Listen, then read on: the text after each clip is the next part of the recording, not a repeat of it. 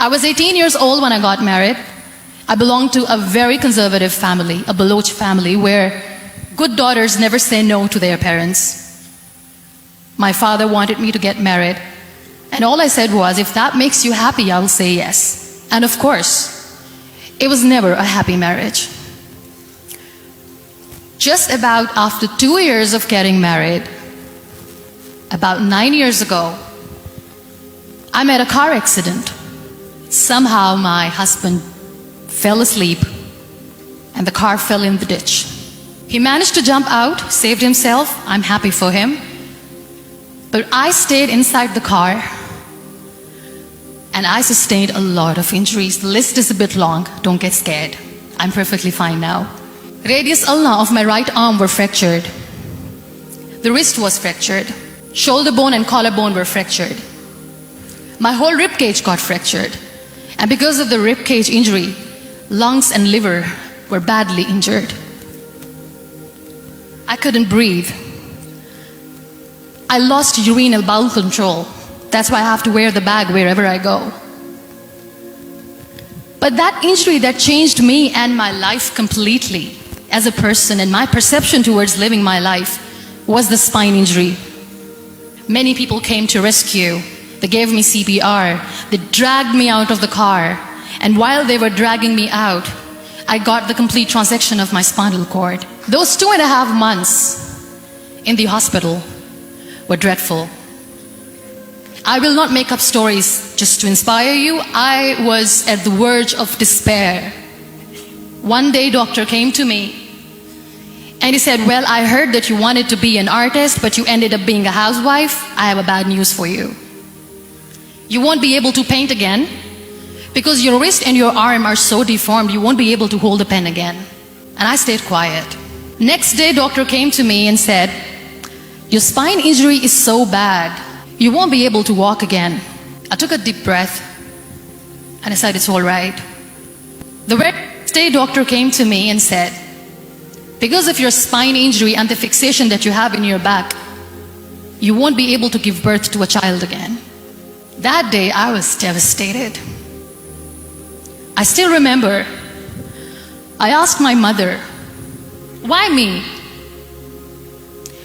And that is where I started to question my existence. Why am I even alive? My mother said to me, this too shall pass. God has a greater plan for you. I don't know what it is, but He surely has. And in all that distress and grief, somehow or the other, those words were so magical that they kept me going. I was trying to put that smile on my face all the time, was hiding. It was so hard to hide the pain, which was there. But all I knew was that if I will give up, my mother and my brothers will give up too. I cannot see them crying with me. So what kept me going was, one day I asked my brothers, I know I have a deformed hand, but I'm tired of looking at these white walls in the hospital and wearing these white scrubs. I'm getting tired of this. I want to add more colors to my life. I want to do something. Bring me some colors. Bring me some small canvas. I want to paint. So the very first painting I made was on my deathbed, where I painted for the very first time. It was not just an art piece or just my passion. It was my therapy. What an amazing therapy it was. Without uttering a single word, I could paint my heart out. I could share my story. People used to come and say, what lovely painting. So much color. Nobody could see the grief in it. Only I could. And that day I decided that I'm going to live life for myself.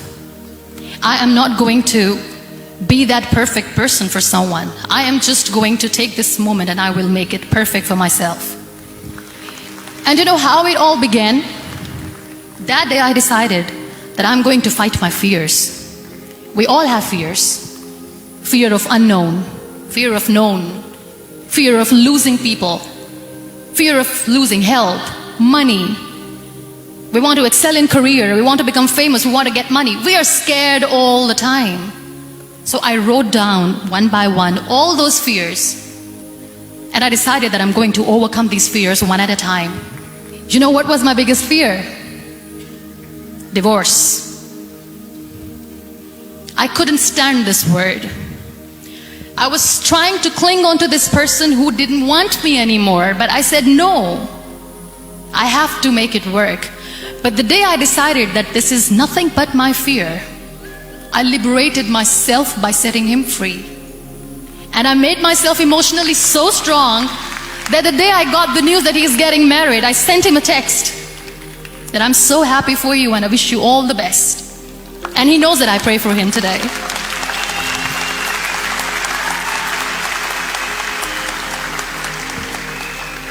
My biggest fear, number 2, was I won't be able to be a mother again. And that was quite devastating for me. But then I realized there are so many children in the world, all they want is acceptance. So there is no point of crying, just go and adopt one. And that's what I did.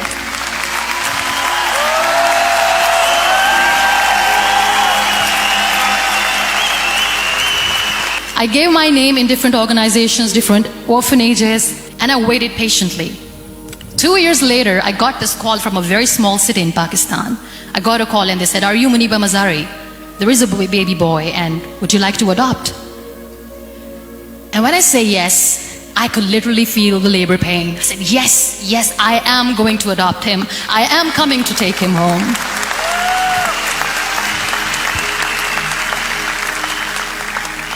And that day, I was 2 days old, and today he's 6.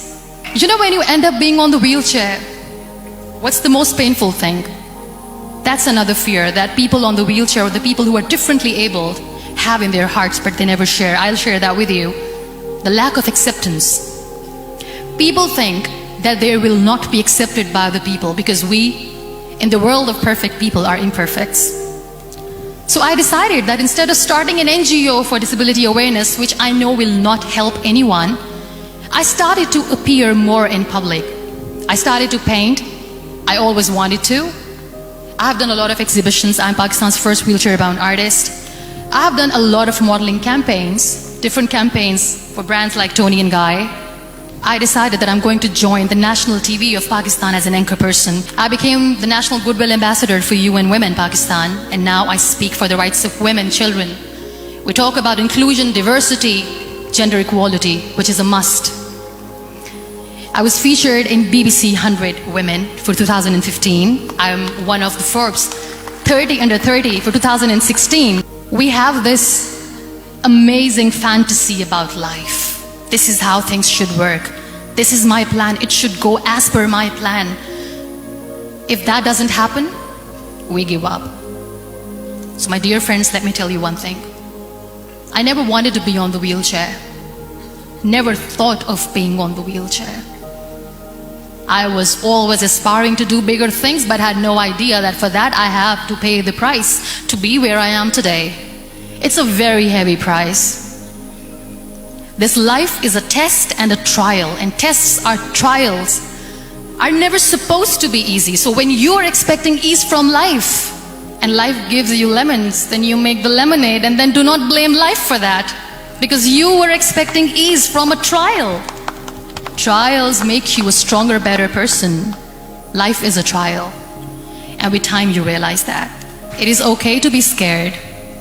It is okay to cry. Everything is okay, but giving up should not be an option. They always say that failure is not an option. Failure should be an option, because when you fail, you get up, and then you fail, and then you get up, and that keeps you going. Embrace each and every breath that you are taking. Celebrate your life. Live it. Don't die before your death. Real happiness lies in gratitude. So be grateful, be alive, and live every moment.